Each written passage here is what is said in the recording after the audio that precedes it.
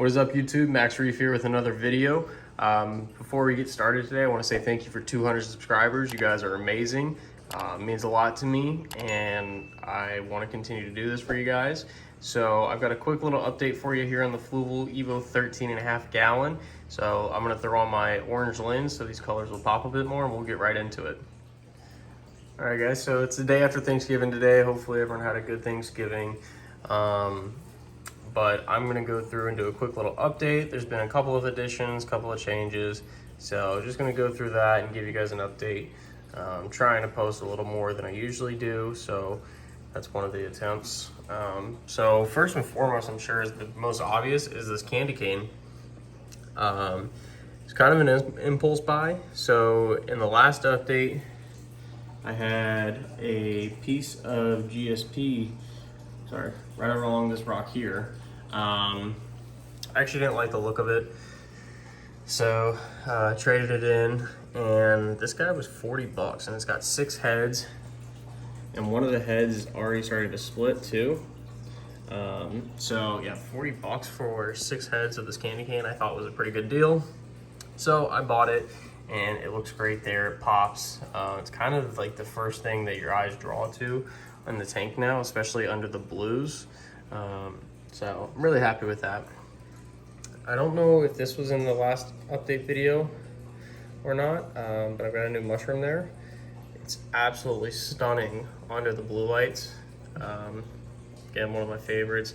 This whole area over here is starting to come together really, really nicely. And so this bright green Recordia here in the middle, it was actually up top, and the coral split and it started floating around, and eventually I put it down here. I'm gonna try and do like a little mushroom garden. Went and got this guy sometime last week, and then this one he was originally up here next to the anemone, and then he moved over here to where the candy cane is, and now he finally settled down and went there. And he's been there for a while, so he's gonna stay there. I don't try and move corals around. I know it's not good for them. I know they like consistency, but it just kept happening. So anyway, we'll move up top here. Again, like I said, we've got the Recordia and those Zoas in the back there. But I did add a new Digi. I have had weird streaks with Digis. It's either really good or really bad. They start off really good.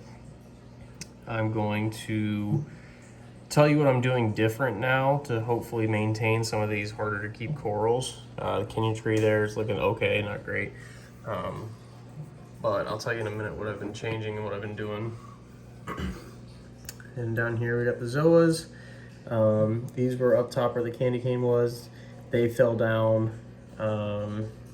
So I put them over here, and they've been doing fine ever since. And if you guys have been watching, you'll know that I had a big, it looks like a rock flower anemone. I'm not sure exactly what it is, but he was kind of moving around. He actually went behind this anemone for a while, and I'm sure he didn't like that. So now he's got himself tucked in the back corner. He's doing great back there, actually, but excuse me, I can't see him ever. So yeah, but to get into what I've been doing different, I've been starting to dose a little bit.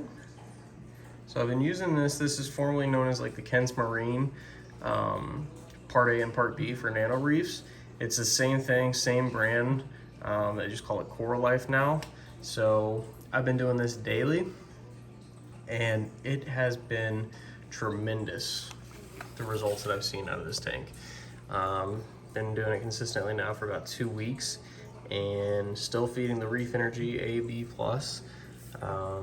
So I think all of that going into this tank is, I'm really gonna see the results that I'm looking for, hopefully in the next couple of months. And yeah, try and get, I'll see how this Digi does up there, but I'd love to get another green Digi. I know I've had them in the past, but like I said, if this dosing works and I start to see a little more consistency out of this tank, I'd love to do that. The other thing I want to ask, I've never had luck with acans. I've just never been able to do them. But I wanted to get a scully for the middle there, something nice and pretty. But I want to know if they're going to react the same as acans would in this tank. Because like I said, no matter what I do, there's just something about acans, I cannot keep them. And as you guys probably know, scullies are pretty expensive. I don't want to spend the money and invest $300 into a coral that is just going to slowly deteriorate because I can't keep it. So like I said, I want to put it right there. It's pretty low flow there. It's not too much light down there either, so I think it's a good spot for it. I just want to know if you guys think that acans and scullies kind of react the same and what your thoughts are on that. So like I said, guys, I appreciate the 200 subscribers. It means a lot. I really appreciate it. I know I mentioned in the last video at maybe 500 we'll try and do a giveaway. I know we're ways off of that, but hopefully we'll get there sooner than we think. But if you guys have any questions or concerns or comments, please feel free to comment down below. Drop a like if you like the video, and feel free to subscribe. But I appreciate it, and I'll see you next time on the update. Bye.